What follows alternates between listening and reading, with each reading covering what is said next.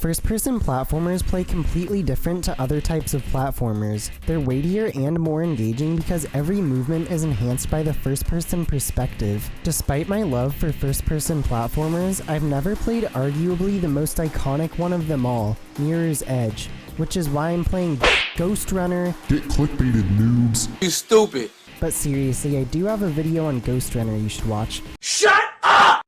Oh yes, Daddy! Now back to your scheduled program. Mirror's Edge is set in a corrupt, futuristic city where government surveillance is invasively present. You play as Faith, who is part of a group known as the Runners, whose mission is to carry sensitive information throughout the city while avoiding police and government forces. You complete missions by parkouring your way through semi-linear levels in a very bright city. I'm legally blind. Your moveset consists of what you'd expect out of a parkour expert.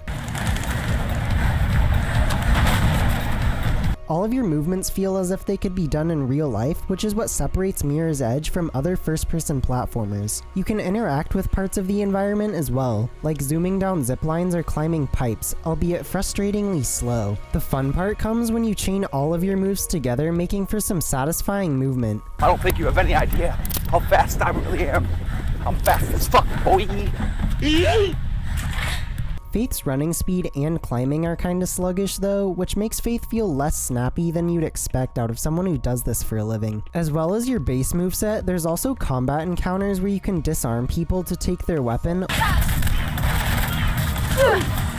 Hello there. Or just beat them up with melee moves.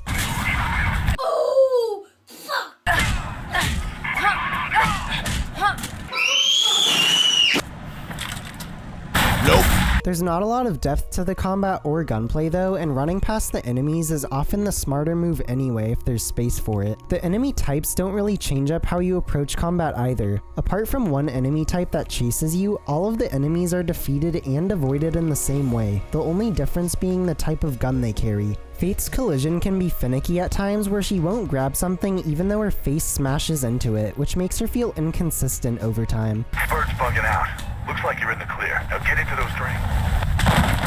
Bruh. Movement does feel weighty and impactful though, meaning you have to be confident in your decision making. Faith has really good animations that sell the impact of her landings and jumps. Her animations are realistically slow, making movement more about execution as opposed to adaptation. That's not to say you don't have to make fast decisions. Levels have you quickly navigate your way through the environment while either dodging or fighting the horrendously stupid enemies. Excuse me? However, levels can start to drag if you can't figure out where to go next, leading to some tedious trial and error. There's also slower paced sections where the game almost turns into a puzzle platformer. You have to figure out what sequence of moves is going to get you past your current blockade, as opposed to quickly inferring where to go next during the chase sections. The slow sections were less frustrating since you can take your time to figure out and then execute the platforming solution. These two contrasting styles of play pace the game well. The chase sections feel tense when everything is going smoothly, especially when the soundtrack kicks in.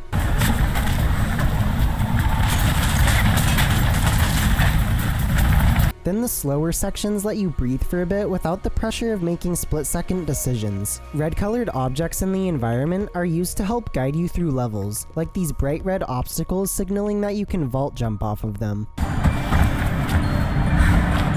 The obvious indicators are helpful with navigation, but I wish levels were larger and had more paths to pick from. Often it feels like there's only one or two paths you can take, even though it looks like there could be a lot more. The level environments get repetitive after a while as well. They start to blend together because you only ever run on tops of buildings outside or through buildings inside. After every level, you watch a cutscene that looks like a low-budget Kim Possible. The world seems like it has a lot of depth, but the story never went beyond the surface enough for me to really care.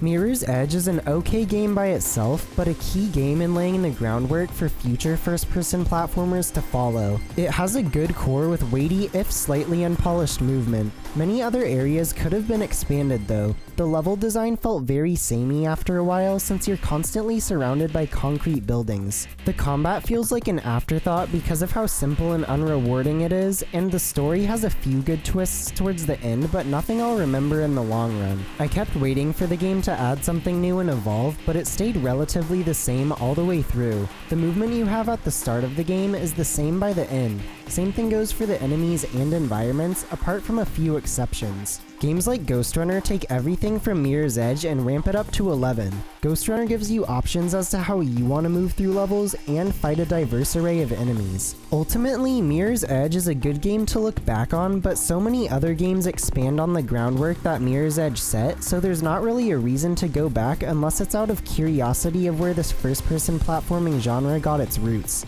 Thanks for watching, and be sure to like and subscribe to see more videos like this in the future.